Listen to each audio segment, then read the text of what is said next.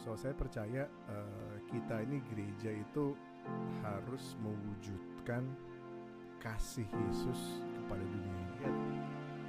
Apa gereja-gereja sampai ngantri gitu, ini kira-kira kenapa ya orang bisa sampai ngantri masuk gereja? Dimanapun kalian berada, selamat menonton. Terima kasih telah melihat video ini. Pertama, ini adalah gebrakan kita dari Indonesian Light Church di Philadelphia, Amerika. Ini adalah sesi pertama kita membuat podcast ya, Bapak En? Yes, betul. Ya. Gebrakan. Saya Gindo. Saya gereja di sini, of course ya, Pak. Saya bersama Pastor Hendy di sini. Jadi tujuan kita di sini adalah untuk berbagi soal kekristenan, bagaimana kita mengimplementasikan semuanya di dalam kehidupan kita sehari-hari.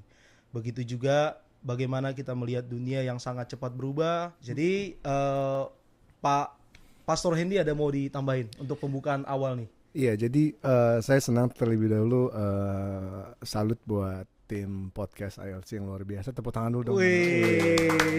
Sekali lagi ini gebrakan dulu. Gebrakan. Jadi kenapa penting adalah ya saya percaya kita semua untuk lakukan sesuatu itu perlu yang namanya pemahaman. Betul. Dan pengertian. Betul. Jadi ya makanya judul podcast kita adalah Why We Do What We Do. Kenapa kita lakukan apa yang biasa kita lakukan. Kadang ada banyak aspek dari kekristenan yang sudah kita hidupi. Mungkin bagi sebagian besar jemaat yang sudah mungkin grow up di atau namanya besar di keluarga Kristen gitu kan ya. Kadang setiap praktek-praktek yang dilakukan itu karena memang sudah terbiasa, ada kebiasaan. Mungkin seperti ini. Kenapa kita harus ke gereja? Karena dulu udah diajarin seperti itu, gitu ya sama orang tua kita. Kamu harus ke gereja, gitu. Atau mungkin beberapa akses. Tapi sedikit pemahaman dalam Alkitab kenapa sebenarnya kita harus ke gereja, gitu. Bukan sekedar kewajiban, keharusan, tapi saya berharap dengan podcast ini, dengan podcast yang berjudul Why We Do What We Do, kita bisa benar-benar beribadah, menjalankan apa yang Tuhan inginkan dengan pemahaman yang lebih mendalam lagi, begitu. Benar. Kenapa kita harus lakukan, taruhlah misalnya, kenapa kita harus puasa? Kayak misalnya karena wajib aja. Kenapa kalau kita harus memberi? Wajib aja memang harus begitu, gitu kan? Kenapa kita harus ke gereja hari Minggu? Ya harus begitu, memang udah diajarin. Tapi dengan Why We Do What We Do, kita tahu, kita lihat dari Alkitab, kita lihat dari kebenaran-kebenaran lain. Kenapa kita lakukan apa yang kita lakukan, sehingga apa yang kita lakukan itu disertai dengan pemahaman yang mendalam. Bukan sekedar ya karena memang harus begitu. Kadang orang bilang, jadi orang setidaknya dia bisa menjelaskan gitu. Kenapa kita lakukan itu? Kadang misalnya ditanya, misalnya orang Kristen ditanya gitu, kenapa sih ibadah hari Minggu begitu? Ya karena memang harus begitu.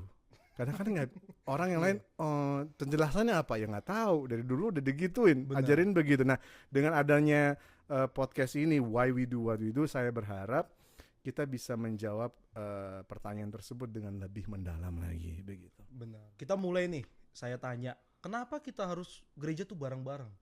Kenapa nggak sendirian atau di rumah aja? Oke. Kenapa kita harus beribadah bersama-sama ya? Kenapa nggak sendirian aja? Nah, ibarat begini, kalau kita baca di firman Tuhan, ada dua kebenaran yang ibarat seperti dua sisi mata uang. Ya, ibarat seperti ini. Ayat firman Tuhan berkata, kalau kita mau ke gereja, kenapa kita harus ke gereja? Firman Tuhan berkata di Matius adalah, di mana 2-3 orang berkumpul di dalam namaku, di situ aku hadir. Jadi gereja sebenarnya adalah di mana ada orang berkumpul. Nah, sebelum kita bahas lebih jauh, mari kita bahas kata gereja sendiri. Kata gereja yang dimaksud di sini adalah eklesia, dalam bahasa Yunani itu eklesia. Apa itu arti eklesia? Adalah sekumpulan orang. Iya, jadi kenapa kita harus ke gereja? Sebenarnya kenapa kita harus berkumpul bersama saudara-saudara seiman. Nah, balik lagi ke ada dua sisi mata uang ini. Yang pertama adalah firman Tuhan bilang 2-3 orang berkumpul di dalam namaku, di situ aku hadir. Istilahnya apa? Harus ada perkumpulan orang, gitu ya. Iya, tapi di firman Tuhan juga bilang, sama di Matius juga, kalau kamu berdoa harus masuk ke kamar. Ya ada kan? Iya, benar. Sendiri, menyendiri, masuk ke kamarmu gitu kan ya. Benar. Nah, ada dua hal yang berbeda, tetapi ibarat dua sisi mata uang, dua-duanya itu harus dilakukan dalam arti kehidupan pribadi kita, saat teduh kita, perenungan kita, hubungan kita bersama Tuhan secara pribadi itu harus tetap jalan.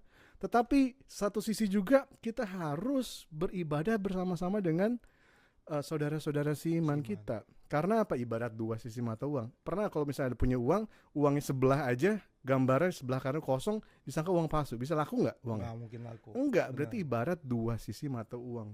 Dua-duanya penting. Saat teduh kita penting, beribadah bersama-sama juga penting.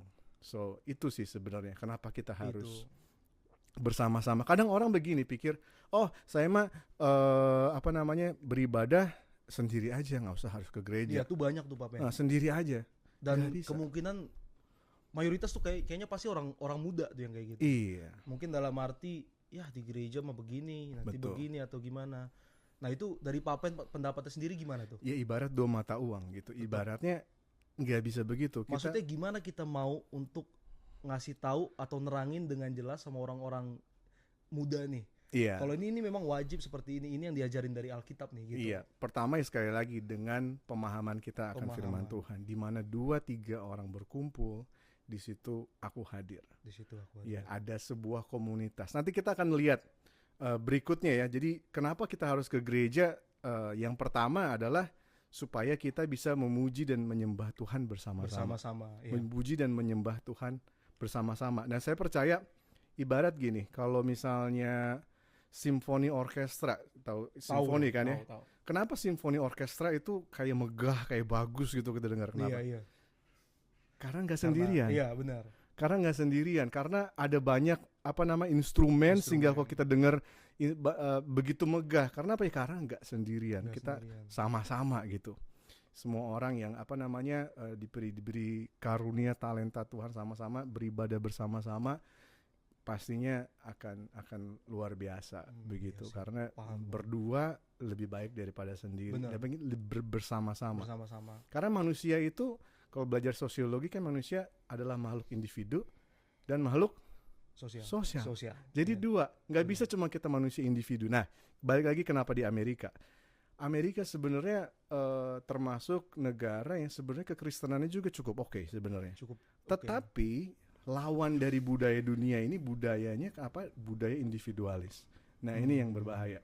Kadang budaya individualis merasa saya sendiri cukup. Makanya ada istilah self-made man. Jadi saya bisa sendiri, saya bisa sukses sendiri.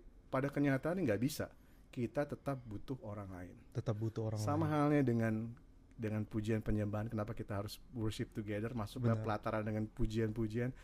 Saya rasa dengan kita beribadah bersama-sama gitu, memuji dan menyembah Tuhan bersama-sama lebih powerful daripada kita cuma sendiri. Setuju soal itu. Why we worship together. Iya. Nah, kalau gitu beda nggak orang yang dia tetap percaya sama kekristenannya, ke Kristus, tapi dia berada di luar gereja atau bertumbuh di luar gereja, sama mereka yang percaya tapi mereka bertumbuh di dalam gereja? Itu ada perbedaannya nggak? Pastinya berbeda. Yang kedua adalah ya kenapa kita harus ke gereja adalah supaya kita bertumbuh secara rohani bersama-sama. Kalau kita lihat firman Tuhan di Kisah Para Rasul, awal-awal jemaat mula-mula adalah mereka berkumpul dalam ajaran rasul-rasul dan dalam persekutuan. Jadi persekutuan itu begitu penting. Kenapa? Karena di dalam persekutuan inilah ada ibaratnya begini, ada yang namanya sinergi. Dari 1 tambah 1 bukan cuma 2 tetapi 3. Karena ada namanya sinergi. Iya. Jadi lebih baik bersama-sama bertumbuhnya gitu daripada cuman sendiri. Ibarat kalau misalnya gimana cara besarin anak, dibutuhkan sekampung untuk bisa besarin anak gitu kan. Pernah dengar istilah itu? Pernah. Jadi sama hal dengan pertumbuhan rohani kita itu akan lebih bertumbuh kalau ibaratnya jemaat atau gereja itu ibarat tanah. Jadi pertumbuhan rohani kita pribadi ibarat kita adalah tanaman. Jadi tanaman supaya bisa bertumbuh rohani secara sehat, dia harus ditanam. Ditanam di dalam jemaat, ditanam di dalam gereja lokal. Komunitas kekristenan ya. Betul, harus ditanam di dalam komunitas Kristen. Karena kalau nggak ditanam, si tanaman itu nggak akan bisa tumbuh. Benar. Bahkan bisa mati. Atau bahkan lebih jauh lagi, ada yang tanamannya minggu ini dipindah di tanah ini, minggu depan di tanah yang itu, minggu depan di tanah yang lain. Kira-kira bisa bertumbuh nggak? Enggak. Mungkin bisa, tetapi pertumbuhannya tidak maksimal. Karena Benar. apa?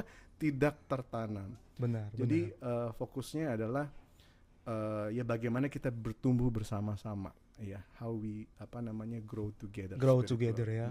Iya benar. Kenapa kita harus bertumbuh? Ya selain tadi kita harus tertanam di gereja, Firman Tuhan bilang, kalau di Firman Tuhan dia bilang begini, janganlah kita menjauhkan diri dari pertemuan-pertemuan ibadah. Ya, seperti dibiasakan banyak orang, tetapi marilah kita saling menasehati dan semakin giat melakukannya menjelang Tuhan datang. Dalam arti apa? Di dalam komunitas kita saling dukung satu sama lain. Kita saling support satu sama lain, dan kita punya tanggung jawab satu sama lain. Istilahnya ada akuntabilitas. Kita accountable. Jadi istilahnya kita saling jaga satu sama lain. Benar.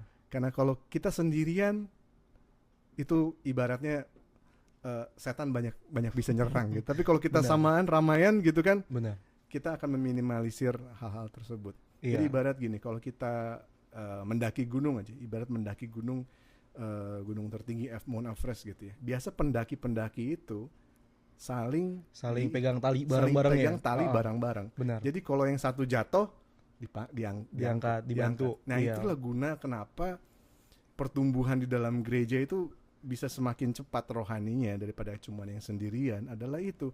Ketika ada jatuh, ada yang nasehatin. Oh, kamu nggak boleh begini. Benar. Ya, ketika ada butuh support, kita support bareng-bareng. Benar. Ya, benar. Jadi nggak cepet down. Atau ada banyak hal lah, kita ada mungkin lagi sedih, kita hibur. Iya. Jadi ya gereja adalah tempat di mana kita encourage satu sama lain, saling menasehati satu sama lain. Setuju sih Pak Pen. Cuma kan kita juga tahu lah sama-sama realitanya nih. Orang tuh banyak nggak ke gereja. Kita bilang kemungkinan yang bisa kita lihat di Philadelphia aja nih, di US ini ya. Orang tuh yang tadinya gereja bisa tiba-tiba nanti dia nggak gereja lagi. Kenapa? Pas kita tanya, aku kurang demen sama si ini, aku kurang. Itu gimana menurut Pak Pen tuh? Ya. Tuh banyak tuh kejadian seperti itu tuh. Ya, pertama ya sekali lagi mungkin dia belum menemukan, mungkin ada banyak kemungkinan. Pertama mungkin dia nggak tahu kenapa kita harus ke gereja gitu, why we have to be planted. Benar. Kalau kita udah tahu betapa pentingnya komunitas begitu ya, itu luar biasa. Karena saya percaya, saya sendiri pengalaman saya adalah saya tumbuh besar di gereja yang fokusnya bukan terlalu komunitas gitu ya.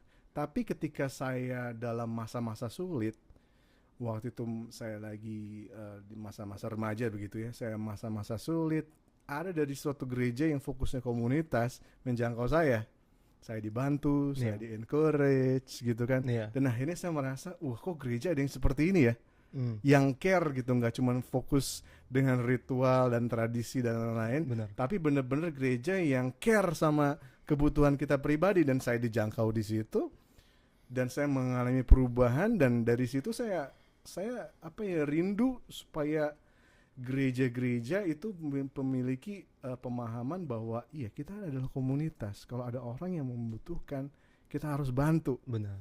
Dan kita harus jadi jawaban buat banyak orang. Jadi orang itu yang mungkin kenapa? Ya mungkin orang tersebut belum menemukan gereja yang tepat. Benar. Atau mungkin kita harus tanya lagi, mungkin kenapa sih, apa sih masalah lo gitu. Atau balik lagi ke pernyataan Pak Pen tadi, kita harus tahu ke gereja tuh ngapain. Betul ya? Betul. Dan kita juga mungkin kalau misalnya ada tanya gitu, kenapa sih, ada masalah apa? Benar. Kita tanya, dan kita yang menjadi gereja itu buat dia. Kita, kenapa sih masalah lo? Oh gitu, kita jadi teman, kita jalin hubungan. Ya udahlah, daripada lu sendirian itu hari Minggu, kita ibadah sama-sama lah. Aku nggak mau gitu. Ya Tuhan kan bilang kita harus beribadah.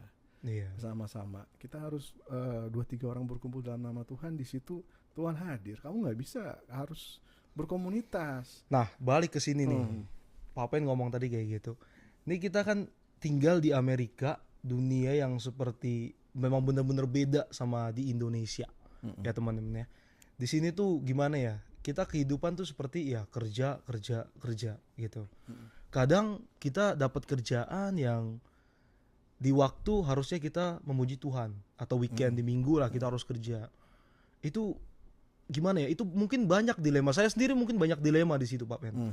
Dalam arti gimana ya mau gereja, cuman saya punya jadwal begini, kalau nggak masuk nanti nggak enak sama atasan dan sebagainya tuh. Itu gimana tuh kita mau kita sharing sama teman-teman juga yang lain punya problem yang sama di sini. Saya ya, thank you buat pertanyaannya. Yang saya mau garis bawahin adalah apakah kita memiliki kerinduan untuk mau berjemaat, mau bergereja. Kalau kita sudah memiliki kerinduan, that's good. Sisanya adalah kita doakan semoga hari Minggu dapat libur, begitu kan ya. Yang penting adalah kerinduan. Saya percaya kalau kita udah berjalan dalam kebenaran firman Tuhan, kita Roh Kudus ada dalam diri kita pasti mau bergaul, kita pasti pengen ke gereja. Cuma tinggal masalahnya waktunya kapan ya. Benar. Jadi saya ada cerita, ada jemaat dulu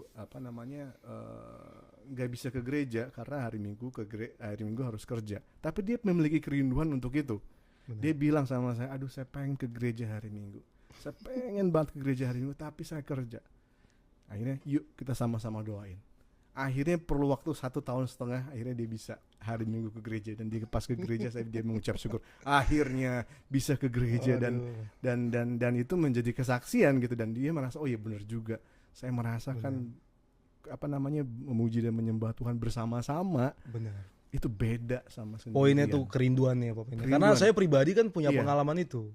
Saya pertama masuk kerja tuh saya dapat kerjaan yang saya bilang saya harus gereja nih tiap minggu. Tapi endingnya dipercaya untuk jadi ini dalam kerjaan malah nggak bisa gereja. Punya kerinduan nggak? Punya kerinduan, tenang, gitu, rindu. Makanya Pak Pen tuh tiap hari pagi ngasih kata-kata tuh itu membantu banget. Pasti kita berdoa setelah itu. Baca. Saya pribadi, yang lain nggak tahu.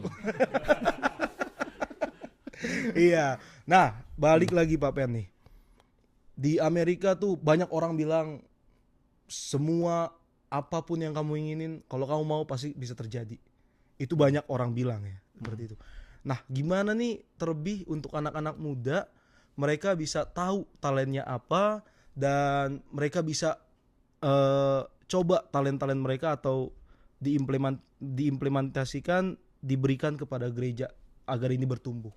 Iya, salah satu alasan why we have to go to church adalah kita melayani Tuhan dengan talenta yang Tuhan berikan kepada kita. Dengan talenta yang Tuhan berikan. Ya, jadi saya percaya firman Tuhan berkata ada banyak pelayanan tetapi ada satu roh begitu. Dan setiap dari kita diberi pernyataan roh yang berbeda-beda. Dalam arti setiap kita tuh punya talenta masing-masing yang Tuhan sudah berikan. Dan dari talenta ini Tuhan mau kita membangun satu sama lain. Ya, saling support satu sama lain, membangun yang namanya komunitas. So, kalau kita punya talenta, kalau kita lihat di firman Tuhan ada yang diberi berapa? Ada yang diberi 10, ada yang diberi 5, tapi cuma ada yang cuma diberi 1, gitu kan ya. Yang diberi 10, yang diberi 5 dilipat gandakan gitu kan, dan lain-lain semua dilipat gandakan. Cuman yang diberi 1 dia nggak lipat gandakan, disimpan aja. Ibaratnya dia pakai itu untuk dirinya sendiri. Atau mungkin dia malu, dia takut, gue cuma punya 1 nih, gue simpen aja. Dan akhirnya ya itu tidak bisa menjadi berkat buat orang lain. Nah, saya senang sekali kita gereja di ILC itu terbuka dari semua orang yang rindu melayani di macam-macam bidang, begitu kan? Iya. Kita terbuka aja, lu mau pelayanan apa? Saya mau pelayanan podcast. Kita bikin podcast langsung, begitu kan? Benar, kan ada pelayanannya, jadi. Benar. Pelayanan terus makin hari makin berkembang karena saya percaya semua orang punya talenta masing-masing. Gitu, nggak ada orang yang nggak punya talenta. Itu setuju sih Pak Pen. Cuman balik nih, apa peran gereja di situ? Dalam arti banyak tuh biasa orang tuh malu-malu sebelum mau ngeluarin talentanya tuh Pak Pen. Betul. Jadi itu gimana tuh? Selain ditakut-takutin ya, harus ditakutin. Lu kalau nggak satu talenta, ingat kamu akan dimasukin ke dalam kegelapan di mana di situ ada kertak gigi. Tapi kan kita kan nggak harus takut-takutin ya. Benar. Bikin aja sebuah pelayanan itu fun. Ya kita senang melayani Tuhan, dan ingat di sini di ILC semua pelayanan adalah volunteer. Iya. Jadi tidak ada dibayar atau apa semua segala Benar. macam. Nah, di sini melatih supaya kita tuh jangan apa-apa ada duitnya gitu kan. Benar. Kita melatih kemurnian hati kita, di mana kalau kita memberikan talenta kita yang benar-benar passion hati kita, sebenarnya bayaran nanti aja gitu. Tuhan pasti berikan. Gitu, berkat Tuhan itu pastilah. Dan saya alami sebelum saya jadi pendeta yang akhirnya di full time di gereja, dan saya juga mulai dari pelayanan dari yang saya senangi gitu. Benar. Saya suka melayani di tim musik, saya suka melayani di yang lain-lain, dan akhirnya saya berikan pelayanan itu, saya kembangkan talenta itu, dan yang akhirnya jadi satu jadi banyak gitu kan. Benar. Karena ya saya berani, dan itu fun. Benar. Itu benar. fun banget ketika kita bisa memaksimalkan talenta yang sudah Tuhan berikan. Nah, ada orang-orang yang nggak tahu nih talentanya apa nih ya. Iya, itu juga Ada orang yang talenta apa? Cobain aja dulu, semuanya dicobain. Kalau perlu semua ada lowongan pelayanan. Ya, yang terakhir nih Pak Pen, bagaimana sih gereja tuh menjadi efektif dan berhasil dalam menjalankan misinya? Iya, jadi the Great Commission firman Tuhan di Matius bilang karena pergilah jadikan semua bangsa muridku, ya, baptislah mereka dalam nama Bapa, Anak, Roh Kudus, dan ajarlah mereka melakukan segala sesuatu yang telah kuperintahkan kepadamu. So saya percaya kita ini gereja itu harus mewujudkan kasih Yesus kepada dunia ini. Ya, Setuju. karena dunia ini biarpun teknologi semakin maju, tetapi hati manusia semakin kosong. Ya, Iya. apalagi di Amerika, biarpun kita ada di negara maju, banyak orang stres. Kenapa bisa ya? Benar. Karena pertumbuhan teknologi tidak sebanding dengan pertumbuhan rohani gitu ya. Kadang ya dan akhirnya ya ini dia, orang butuh Tuhan sebenarnya. Orang butuh Yesus. Orang butuh kasih karunia Yesus, rahmat Yesus, Tuhan, kasih karunia, orang butuh itu, dan itulah yang benar-benar bisa mengisi kekosongan di dalam hati kita. Nah, kadang apalagi kita hidup di Amerika yang industrialis, benar-benar etos kerja. Kadang ini bahaya juga dalam arti kadang kita fokus kerja, kita jadi lupa bahwasannya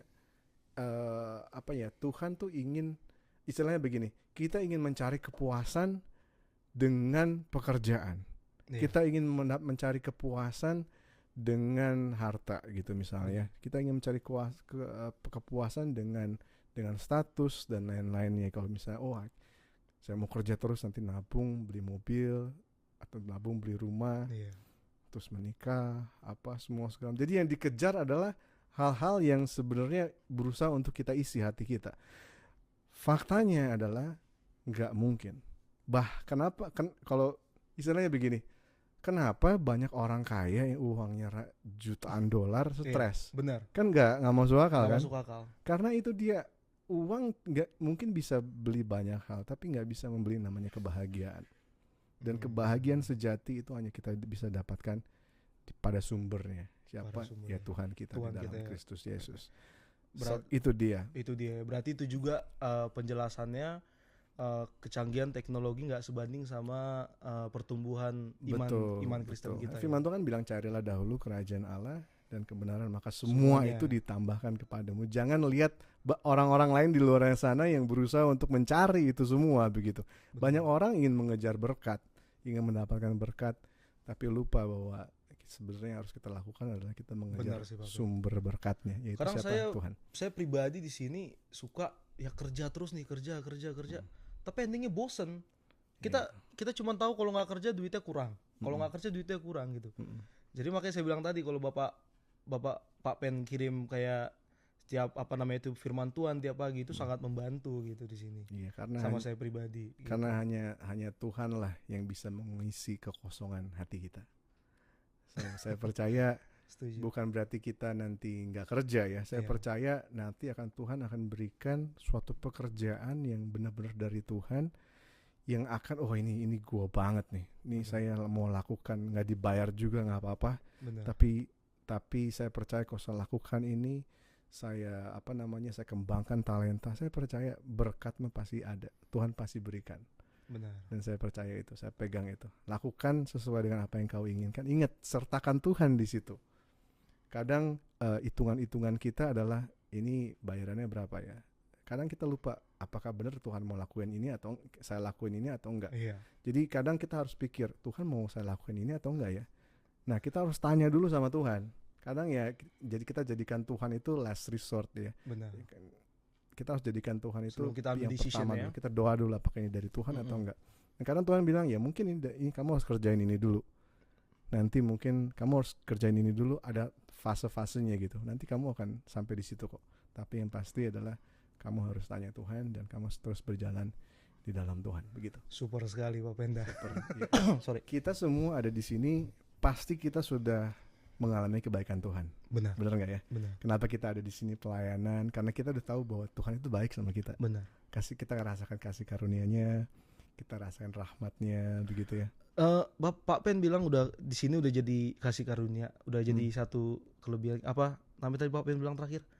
Kita ada di sini. Saya percaya, maksudnya kalau semua tuh kerja terjadi nggak kebetulan. Betul. Pak Pen percaya nggak sih? Percaya. Di Firman ada nggak sih itu? Semua terjadi tuh nggak ada kebetulan, memang udah ada jalannya. Iya, rancangan-rancangan Tuhan dalam kehidupan kita kan bukan rancangan-rancangan kecelakaan, tapi rancangan damai sejahtera. Saya baru tahu ya, teman-teman. Itu ada di di firman Tuhan ya. Iya. Ya itu, jadi kita udah rasain kebaikan Tuhan, kita udah rasain Tuhan begitu baik, Tuhan temukan kita sama komunitas dan lain-lain, pokoknya positif.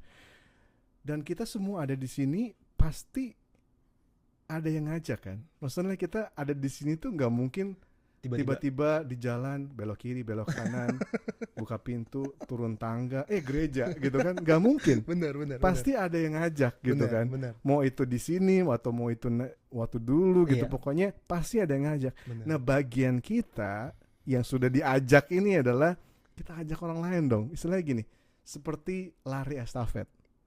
Ya, kita udah dikasih nih tongkatnya. Iya. Kita udah pegang tongkatnya. Apa yang kita lakukan sama tongkat kita itu diemin aja? Enggak dong. Iya. Kita harus lari dan kita harus berikan sama orang lain. Dalam arti, ya ini dia maksudnya firman Tuhan begini. Usahakanlah keselamatanmu dengan takut dan gentar. Apakah itu arti firman Tuhan bilang gitu? Apakah arti kita harus bekerja untuk mendapat keselamatan? Enggak. Keselamatan itu kasih karunia. Kita nggak bisa kerja untuk mendapatkan keselamatan. Tapi maksudnya adalah apa? Ketika kamu udah diselamatkan, usahakanlah keselamatan dirimu itu untuk bisa membantu banyak orang. Untuk bisa memperkenalkan Yesus itu kepada orang-orang lain. Benar. Dengan siapa? Dengan hidup kita sendiri. Gitu. Benar. So dari situ itulah misi Tuhan. Sehingga saya rasa kalau gereja kita semakin bertumbuh, orang jadi semakin pengen ke gereja sebenarnya. Benar. Jadi mungkin kalau kita lihat gereja-gereja sampai ngantri gitu, ini kira-kira kenapa ya orang bisa sampai ngantri mau masuk ke gereja gitu. Kita harus lihat apa yang dihidupi di situ. Pasti ada atmosfer yang luar biasa dibangun sama siapa? Dibangun sama orang-orang yang ada di dalam. Orang-orang dalamnya sendiri ya pokoknya. Benar. Oke Pak Pen. Jadi dari tadi saya panggil Pak Pen tuh Pak Pendeta ya. Biar siapapun yang melihat teman-teman gak bertanya-tanya gitu ya. Semoga sesi kita pertama di podcast ILC Philadelphia US ini bisa memberikan sesuatu yang baik, sesuatu yang berguna bagi kehidupan kita masing-masing, saling sharing, saling mendukung. Dan untuk teman-teman yang ada di Philadelphia atau jemaat ILC yang sudah ada, bisa datang bareng-bareng untuk gereja, atau yang belum datang juga bisa datang untuk bisa ketemu sama kita semua teman-teman di sini. Yang fun, kita fun. Iya, yang fun, benar. Don't miss the fun. Pak Pendeta ini juga agak bukan agak lain. Dan juga buat teman-teman ILC yang ingin didoakan, pergumulan atau apapun itu tentang kehidupan pribadi, tentang apapun, bisa menginformasikan kita teman-teman, atau langsung ke Pak Pendeta sendiri. Yang tahu rumahnya bisa langsung datang ya Pak ya, gitu. Tahu rumah Pak Pendeta? Jangan. Bisa, boleh. Iya, jadi semoga semuanya terhibur, semoga berguna, dan semoga teman-teman bisa bantu kita untuk melihat video ini. Jangan lupa like and subscribe. Masih ada lidah Batak ya biasa. Bye bye. Thank you semua.